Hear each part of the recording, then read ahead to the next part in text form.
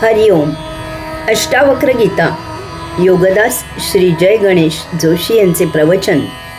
अध्याय 17 श्लोक क्रमांक 15.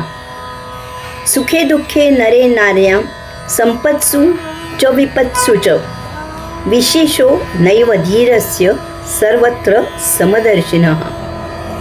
भावार्थ: सुख दुःख नर नारी संपत्ती विपत्ती या द्वंद्वात सर्वत्र समदृष्टी असलेल्या धीरवानाला काही विशेष वाटत नाही. सुख दुःख सुख दुःख या भावभावना आहेत. सुख दुःख मान्यावर अवलंबून असते. ते व्यक्तीनुसार, त्यांच्या इच्छांनुसार, त्यांच्या आसक्तीनुसार बदलत असते. एका व्यक्तीला वाटणारे सुख किंवा दुःख दुसऱ्या व्यक्तीला सुख किंवा दुःख वाटेलच असे नाही. कदाचित एकाचे सुख दुसऱ्याला दुःख वाटू शकते आणि एकाचे दुःख दुसऱ्याला सुख वाटू शकते.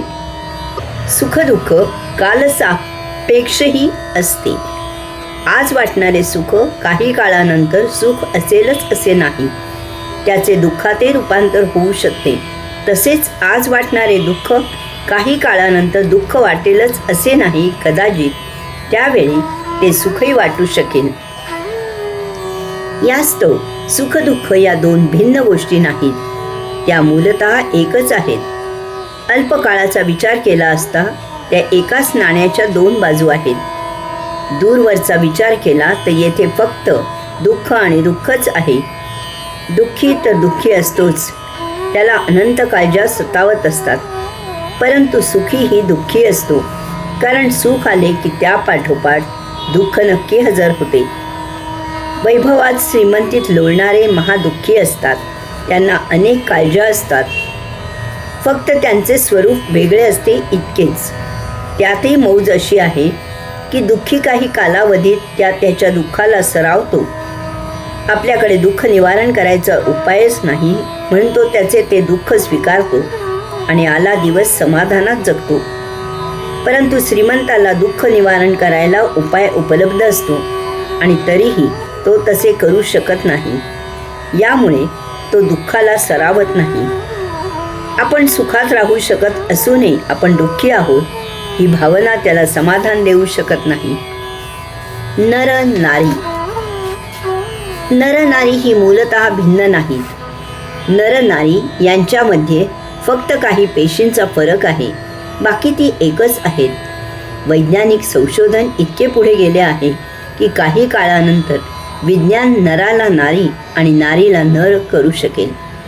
आजच विज्ञान नारीप्रमाणे नराला बाळंत करू शकते. तसेच नारींनी नराप्रमाणे बहुतेक सर्व क्षेत्रात कर्तबगारी दाखवायला सुरुवात केली आहे. त्यांच्यात फरक आहे तो शक्ती आणि बुद्धीचा. नरात शारीरिक शक्ती जास्त असते. नारी ही शक्ती मानसिक आणि बौद्धिक ताकद वापरून भरून काढते. कारण तिला नरापेक्षा बुद्धी, संयम, सोशिकता जास्त आहे. तेथे ती नराला नमवते. संपत्ती विपत्ती संपत्ती विपत्ती या मान्यावर आहेत.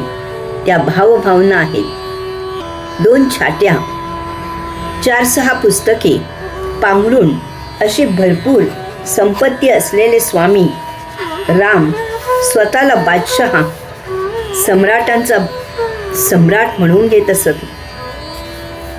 ते अमेरिकेत गेले तेव्हा अमेरिकेच्या अध्यक्षांनी त्यांना विचारले की तुम्ही स्वतःला बादशहा, सम्राटांचा सम्राट असे म्हणून का घेता? ते उत्तरले की सम्राटाला काहीही कमी नसते. त्याच्या सर्व इच्छा पूर्ण होतात. तो सार्वभौम मालक असतो. त्याचप्रमाणे मलाही काही कमी नाही. माझ्या सर्व इच्छा पूर्ण होतात कारण मी सदा तृप्त आहे. मला इच्छाच नाहीत. तसेच मी साक्षात्कारी परमात्मा आहे. त्यामुळे मी या विश्वाचा सम्राट, मालक, स्वामी आहे. या द्वंद्वात सर्वत्र समदृष्टी असलेल्या धीरवानाला काही विशेष वाटत नाही. सुख दुःख, नर नारी, संपत्ती विपत्ती ही द्वंद्वे बाह्य आहेत, भौतिक आहेत. त्यांचा अंतस्मनाशी काहीही संबंध नाही. ज्याला आत्मप्राप्ती झाली आहे त्याला सर्वत्र समदृष्टी असते. तो विश्वासह विश्वातील समस्त वस्तू जगतात भेद करत नाही. त्याला सर्वत्र फक्त आत्मतत्व जाणवते. असा धीर वीर असतो. कारण आत्मज्ञानाने भारून आणि भरून गेलेला अद्वैत असतो. तो तमाम द्वंद्वांच्या अतीत गेलेला असतो. यास्तव त्याला द्वैतात विशेष असे काही जाणवत नाही. हरिओम.